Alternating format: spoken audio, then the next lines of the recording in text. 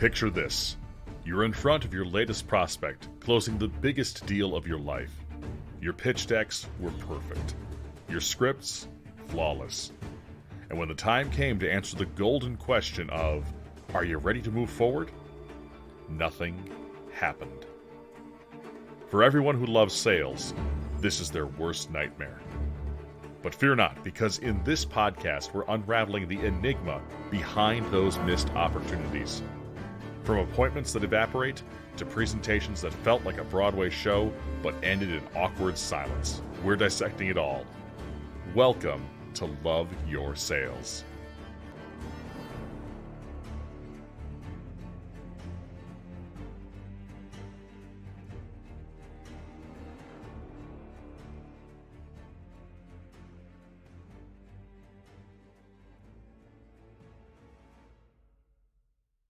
This podcast is presented by GenHead. GenHead leverages AI so small and medium-sized businesses can find their ideal clients to make more sales. Other companies talk about AI, but we are using it every day to drive down marketing costs and increase revenue. Learn more at genhead.com.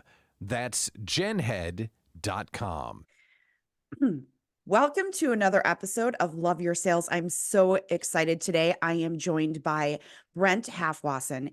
He is the founder of MKE Small Business Coach, a business coaching and consulting firm focused on small business owners and entrepreneurs up to $5 million in revenue. Brent is a reality-focused small business coach, empowering small business owners and entrepreneurs so they can stop spinning their wheels and instead take the next right action to transform their hard work into hard cash. We all need that, right? He has spent 20 years building businesses and opportunities, coaching hundreds of entrepreneurs and small business owners around him, and evolving his own entrepreneurial focus. Brent, I am thrilled to have you come on and talk with me today, so welcome. Thanks for having me on, Leighann. I'm looking forward to talking to your audience and seeing how I can help them grow as well. Well, so tell me a little bit about, some of your core, principles and how you begin with coaching some of your clients. That's a great question. So the first thing I like to lead with, Leighann, is that everyone is individual. And while there may be great systems and tools and processes that everyone ought to be using, that's not the reality for most of us. Most of us have a problem that we are really trying to overcome. It's a pain point that we feel. And I just think as a great coach, I've got to come in and understand that. I've got to come with deep empathy and insights, because being a small business owner is hard, it's lonely. All your W-2 friends have no idea what you're talking about, even though you try and relate to them. And so then I bring a lot of humor in order to help that out. So with an initial evaluation, we try and get at like, hey, is this probably what's going on, how you're feeling, where you're at? And then we start to build on what are those next right actions? Because most of the folks that finally reach that breaking point, they're like, I'm doing all the things I know how to do. Usually it's their greatness, right? They're amazing at their skill, craft, or trade. But when they want to do the next thing in order to keep growing the business, they're like, it's stuck. I keep doing more and more is not happening. And that's where we come around and we try and build, what are the other pieces you need? But of the myriad of like 5,000 things you can do and all the newsletters you're getting, let's pick the next 1, 2, or 3 things that are actually right for your business and take those actions so that we can transform that hard work into hard cash. And hearing you say that, I just recently reread Good to Great. And I right now, the thing that's ringing in my head is that so many people forget to make the list of things that you shouldn't do, right? We try to do everything as small business owners, and we forget that there are habits that we need to stop doing, right? Because they're non-revenue generating tasks, or they're just so less important than we think they are because they've become habits of what worked maybe when we were a 1-person shop, but now we're a 10-person shop. And it's, evolving as a business. You have to learn to shift your thinking and shift the way that you do things and kind of move, because parts, they all have, different functions, right? So, and the other thing that, again, I went from being a W-2 employee not that long ago to being that business owner. And it's such a hard, you can't explain it to your friends. They're like, well, you go to work every day. Well, yeah, but I go to work every day and I'm the only one. Everything falls on me. And that pressure. Go ahead. You're totally right, Leighann. Oh, I think the best part is that they tell you, oh, you can set your own schedule now. You can do what you want. It must be nice to have all that freedom, right? I'm sure you didn't hear that from anyone when you launched your business. right. All that freedom. That's what I think that's the dream that we chase when we think when we go, oh, I'm going to start my own business. I'm going to have all this freedom. I haven't even thought about the idea of a vacation because I'm like, well, who's going to answer my emails? Who's going to take care of my clients? Who's going to answer the phone? If I'm gone, my business shuts down. So yeah, I mean, that's the reality of small business ownership. So I'm going to guess that somebody talking with you, somebody meeting with you is like, okay, Brent, how do I do this? How do I scale? How do I get my life back? That's it. I think you touched on something that is so critical. What are the things we need to stop? So one of the reasons that we can focus on just what are the next few, not more than 3 actions you need to take, is because we are creatures of habit. And so we don't need to monitor the other pieces that are already habitual to us. I only need to monitor the ones that I'm actually changing, because it's the change that's hard. The habits come naturally. And there may be 50 things we need, quote, need to fix, but I don't want you to should on yourself, because we're not capable. There's like 1 in a bajillion who can like do all this amazing change. And I'm always a little bit dubious of their story, quite honestly, but that's fine. They're out there. The bell curve has been people way out on the tails. Most of us are not there. And so I recommend you do not emulate those people. So we just stick with a few that you can change. So to your point, some of the change is stop doing it. And the question is, what happens if you stop doing that thing? Will the world end? Will your business actually sink? Is it actually true? Because the voice in your head's probably saying, oh, people are going to hate you and no one's going to buy from you again and blah, blah, blah. Right? Stop. Like when you put the imposter down and then you say, what will really happen? And then what happens if we actually respond to that proposal, follow up on that hot lead, make sure that you send the 3rd follow-up when you haven't gotten an answer on the first 2 on something you knew was good for you, right? I'm sure you talk a lot about how to, don't let a simple no or a ignore or I'm busy or how about next week or I'm going out of town. Can we meet in next month? Whatever. Say, absolutely. Let me put it on the calendar versus like, oh, they didn't want to talk to me. They must not want to buy my stuff. Those voices go on all the time. The other piece I love that you talked about was working in your business. So you're the one doing all the things. And hey, let's face it, when we're a solo entrepreneur and we're just getting started, that is our reality. However, one of my clients I worked with, that was her main goal. I want to take a vacation. In fact, she was going to go on an extended mission trip in a different continent. So she was not only not going to be available, she was truly no phone, no internet. You can't reach me at all for a month. Well, we figured out how to organize her business to be able to make that happen. She made more money that year than she had made in previous years by a good stretch, and took her first vacation in 20 years. So it is doable, but it takes some specific actions and specific steps to get it done. Right. And that's the amazing thing about working with somebody like you is that entrepreneurs, and I'm guilty of this, is that nobody else can do it as good as me. Nobody else could do what I do. That is, it's so untrue, right? Because and if I truly stay thinking that, I will never grow. I will never scale. I will never be able to become bigger than just one person. Yeah. And we could go down this rabbit hole forever, but Well, let me put what I a want to spin talk on to it. you about. Yeah, go. Well, let me spin it because I think it gets to where we want to go in our conversation. Um, Yeah. But let me just say that it's possible that people can't do it as well as you, but I want you to value your time appropriately, because there are probably things that, like, is 80% good enough? Is 60% good enough? Because when you're amazing at what you do, you could probably do what you give yourself. You're like, that was a C performance. And everyone else is like, Leighann, that was the best thing I've ever seen in my entire life. And we're judging ourselves hard. So just remember, when we value our time appropriately, I want you as the amazing skill doer to go out and do your amazingness, because that's your best value that you can deliver that people are going to perceive. Let's let some of those other pieces go elsewhere. Right. And I'm going to stop. Again, this conversation could go on forever, because I mean, entrepreneurs become entrepreneurs of the thing that they love to do because they're good at it, because they're great at it. But like, to your point, can I hire somebody else to do some of those other pieces?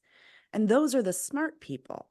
Hire others who can do what you aren't great at and allow you the time to be great at something else. Now, let's get into, you and I had a conversation on something that you talk a lot about. And this is, I'm very passionate about this. I was brought up to know this, to understand it. And I also want to caution the listeners to make sure that you're understanding what we're talking about. So we're going to make sure that we stay, focused on this. We talked about selling on value versus on price. And people talk about this all the time, but young salespeople can sometimes get confused by this if it's not explained properly. So, Brent, I want you to talk through this. Explain what you explain to, and you talk about this a lot. Let's talk about the difference between selling on value versus selling on price. Great. I appreciate that, because this is also something that drives me nutty when people bring up, I want to figure out how, like, I'm working my butt off. I don't have any money showing up on the bottom line. One of the first places we look is ultimately, how much are you charging for your product or service? Here's the way that I would say mainstream media generally talks about price, supply and demand, whatever you want. It's how much does it cost and where can I go and get it cheaper? And that is sort of like the default mindset. So by default, when we start our businesses, we're like, I don't know. Is someone actually going to pay $200 for that thing? Maybe it should be $130. Maybe it should be $100. And we start talking ourselves out of it. And we think of it always in terms of a cost. Now, almost everything that we're selling, there are probably a few exceptions, so I won't say everything, but I'm pretty sure it's close to everything, actually depends on its circumstance. So when I don't talk about price, when the first opening discussion you have is someone's like, hey, would you like this cookie? Well, how much does it cost? That totally, the value that you're going to get from it or the person's going to get for it depends. Because, for example, if I happen to be in the Fiserv Forum watching a Bucks game, that cookie is probably going to be like $8. And I may think it's a steal if it's $6. Why? Because I can't carry in food. I'm hungry. I'm cheering on the team, and I'm looking for a little bit of hit after some tasty rib niblets I had from Iron Great or whatever you got going on, right? You know that it's going to be more. And generally, there's a line of people at the cash register paying. So someone determined the value of that cookie was dependent on its location, was dependent on how it was served, dependent on the conditions. Your businesses are just the same. How are you positioning it? If you immediately go in and start talking about price, here's what happens. You become a commodity. A commodity is an item you can buy wherever and whenever from the lowest bidder. That's like going on to an auction site maybe. And like, where's the lowest spot I can go? And if you compete on cost, here's the problem. Someone else will always be cheaper than you. So I want you to think about, how can I position this, whatever it is you offer, your product or service, and what is the value from the consumer standpoint? It's not always about what am I worth, this isn't about an intrinsic value of who you are. This is about your customer. How are they going to use whatever it is you have? What is the circumstance they need to use it in? And when we start digging into some of those questions, which by the way, should be part of your sales process, I'm sure you dig into that with people to understand what is their core need.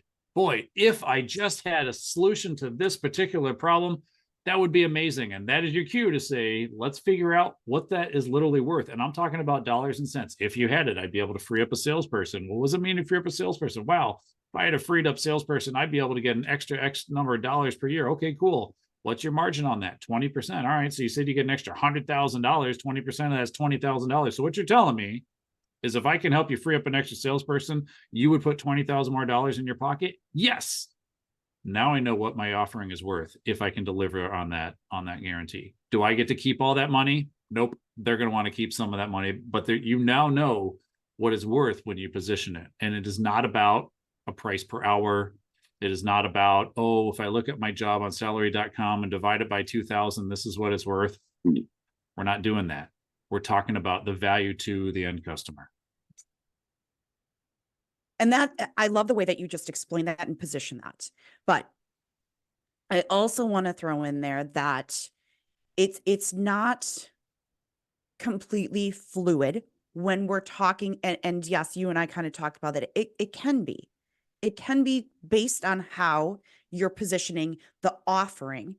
However, you need to make sure that you have a standard of, a baseline that you're building that off of so that you're consistent amongst what you're proposing to other people, correct? Or what you're proposing to the masses. You can't go and offer your same service to two different people at completely different prices. Yeah, I think. Or you could potentially get. Yeah, I think if you are, particularly if your prices are far and wide. So I'm not talking about demand dynamic pricing. That's a thing right now. And there are probably scenarios where that works. I think some companies are going to experience some significant pushback. And demand pricing is just like, oh, let's do supply and demand. And it's essentially an auction. And if there's a long lineup for fries, those fries are about to get more expensive until the line gets shorter. Right. I think you can have some reputational challenges if that's what you're perceived as doing. We're not bringing generators into a hurricane torn zone. Like that's, we start talking about price gouging. Right.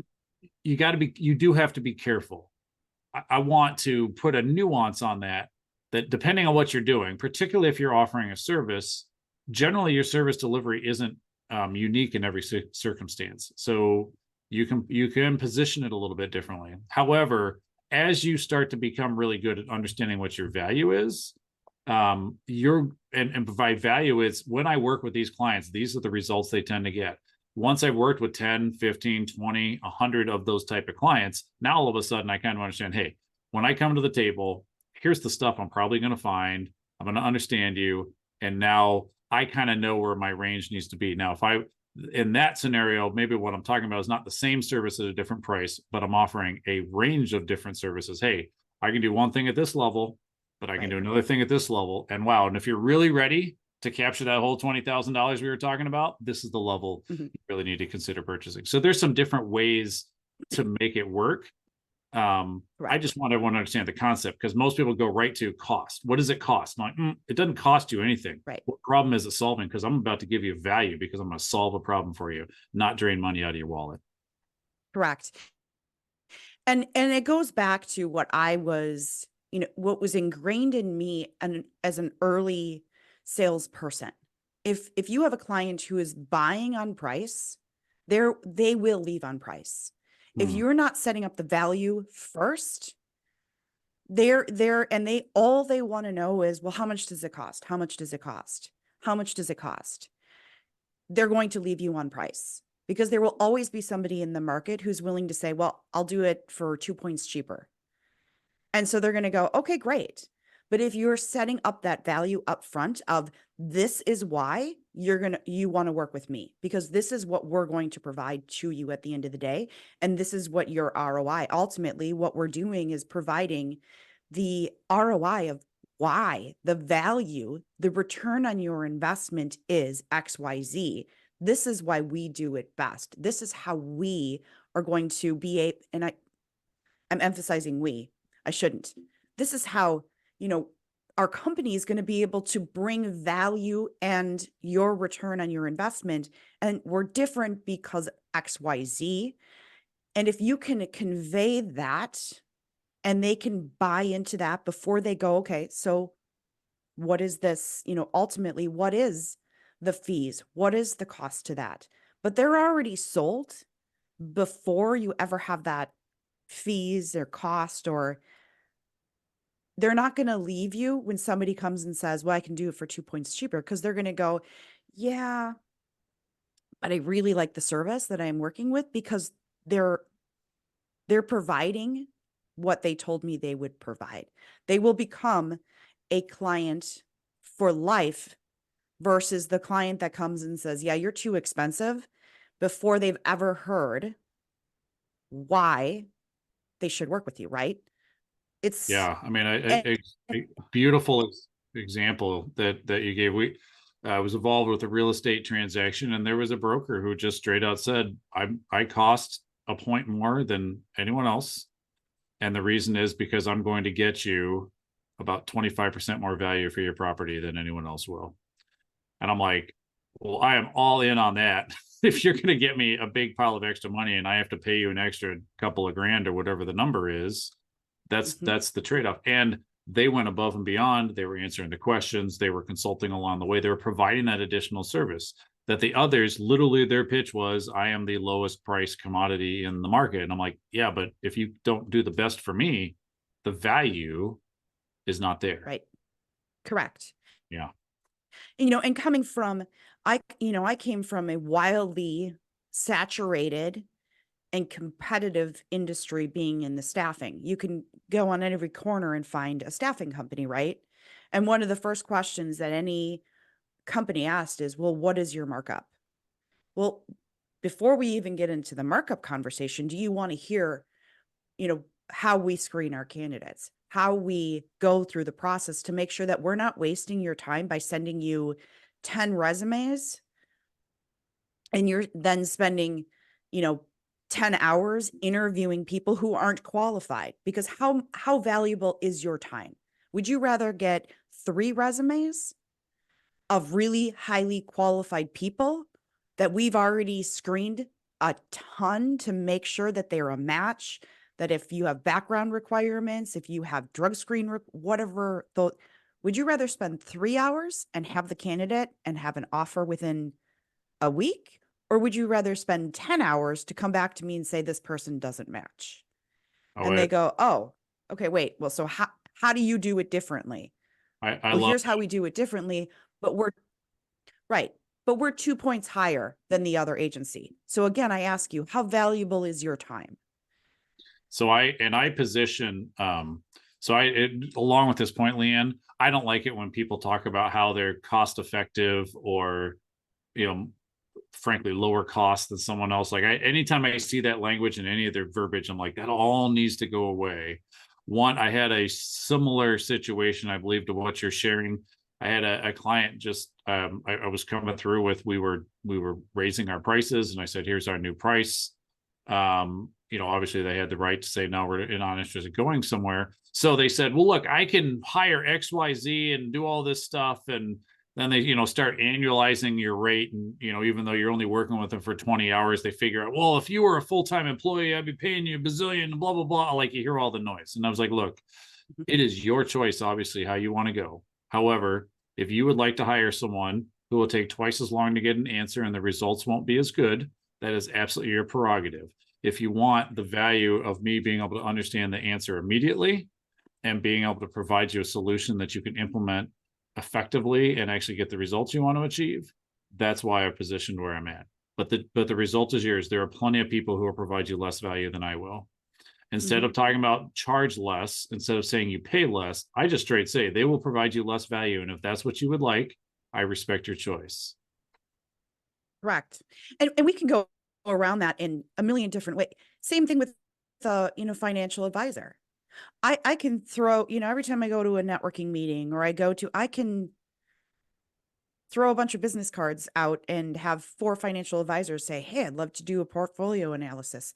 Okay, great. Let me list off the things that are important to me and let's see if you have those things. And then if you have those things, maybe we can have now, first of all, I have a financial advisor that I love, so nobody please call me about financial.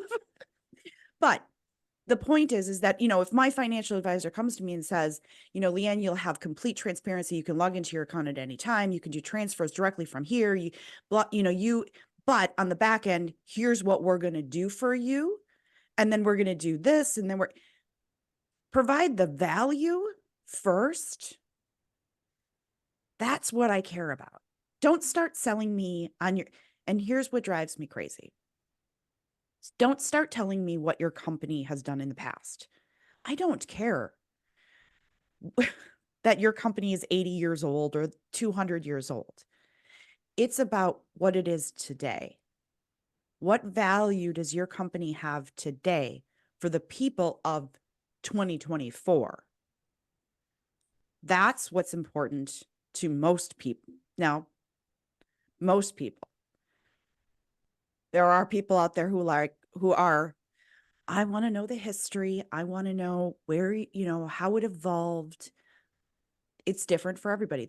Everybody has those different, but and I stress this, I've had people come to me and say, I just can't close. I just can't.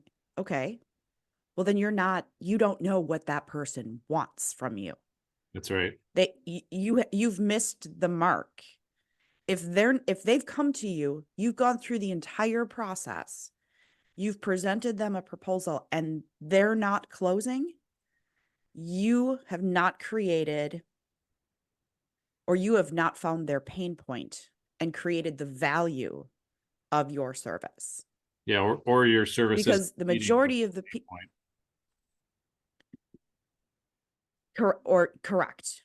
Your product is not right for them and you've wasted a whole bunch of time because you didn't figure that out in the initial conversation.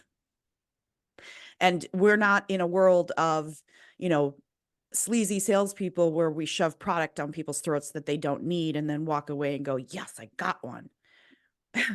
I hope nobody's in that, trying to do that anymore. We're in the world of find the proper prospects, talk to them about what they need. And if you're a match, continue the conversation, go through the complete discovery, figure out what solution you have, present that solution, make sure you understand what their pain points are, how that solution is going to solve that problem for them, and make sure the value exists. And I guarantee that if you do all those steps properly, they're going to go, oh, I don't care how much it is. If you're going to do all of that for here's my checkbook. And obviously, if money, it does come down to if they have the money in the bank. And there are true situations where somebody goes, Brent, I want to buy from you, but I just can't afford it right now. And I will tell you that in those situations, often they will come back to you and go, I can now afford you. No, I think I love the process you set out there. I think it's so critical. If you know who your customer is, you know what problems they solve. Your question asking during that sales process needs to be unearthing more of the magnitude of the problem. And you're looking for, what your services are. Roughly where your price points are going to be. You're working to match those pieces up and saying, okay, hold on. You're saying that this is your experience, this is your challenge, whatever. I think we can help you there. Here's where we're going to go to. And by doing that, by focusing on the issue that your client or customer is having versus focusing on the thing that you have to sell, you are shifting automatically into a value-focused selling model. When we just buy like, hey, I got a thing, I need to sign up, first come, first served, I got 3 spots left. I mean, great. There's a lot of additional things to create some FOMO and closing techniques, et cetera. Right. But if the value is absent, even if you're shopping at the dollar store, If the value is absent, people won't buy. There's Right. plenty of items there that are cheap, but if I don't find the value, I won't buy. Right. Correct. We're not the majority of we're not a consumer. We're not sitting on a shelf as the candy bar that people go, ooh, I'm going to throw that in my cart. Right. We're not entrepreneurs, small business owners are typically not what word am I looking for? Impulse buy. You're not the impulse buy at the cash register. Impulse. There we go. And the reason Correct. is because someone else can do that at scale much better than you can. So I want you to focus on experiences, because experience has a value proposition that we can talk about and move. Even if you're selling a product, you can provide an experience around it. Maybe it's in your customer delivery. Maybe it's in the store experience. Maybe it's in the online portal. However you do it, you can make it unique and then drive value with how you do it. And you can provide the value through the website, even when people don't talk to you. But if you're thinking about those customer problems and you're addressing those customer problems, you're embracing this value mindset that we're talking about, where price is not what we're having a discussion about. And I don't like anchoring price early, because people will evaluate it based on their understanding of the value that they can get. And when you can explain and crack the nut on where they're going to go, I think you're going to see some success in making sure there's value behind how you're pricing. And you'll feel more confident, both in terms of closing and in terms of, hey, I think we've clearly established this is what it's worth. If there's a gap there, you could try and close that. But you can walk away knowing that, like, hey, they know it's there, because sometimes the sale isn't today. That thing's going to linger for a while. They'll come back and be like, you know what? That problem didn't get any better. And maybe the dollar gap got even bigger. I'm ready now. Correct. So we are coming to time. Brent, I want to give you the opportunity to do your shameless 30-second pitch. So go ahead, and the floor is yours. I love it. Hey, if you're a small business owner and you're amazing at your skill, craft, or trade, you've started growing your business, you've hit a spot that you think you're ready to keep going, but all of a sudden you're working your butt off, you don't have much money to show for it, that's the spot where Milwaukee Small Business Coach comes in and helps you. We're going to help you identify those areas. It could be in sales, it could be in operations, it could be in how to translate your actions into actually seeing dollars show up on your bank. We want to come in, we want to help you. Do check us out, mkebusinesscoach.com. We've got a lot of information for you. We got insights. We'd love to talk with anyone listening to this show.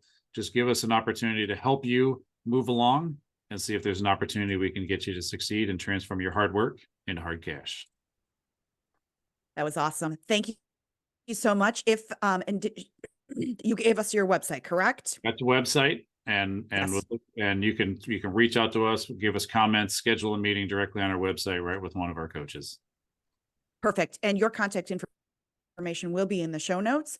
So if you're interested in reaching out to Brent, please do so. But this has been an awesome conversation. Remember that, to sell on value, not on price. And thank you so much, Brent. Thanks, Leighann, for having me on. Thanks for joining us for Love Your Sales. For more, connect with Leighann on LinkedIn, and be sure to subscribe to the show and leave us a rating and review. We'd love to hear what you think. Looking for a way to take your sales process to the next level? Visit us at loveyoursales.com to find out more about how Leighann can take your organization to new revenue heights. And be sure to join us next time for more great ways to love your customers so they love your sales.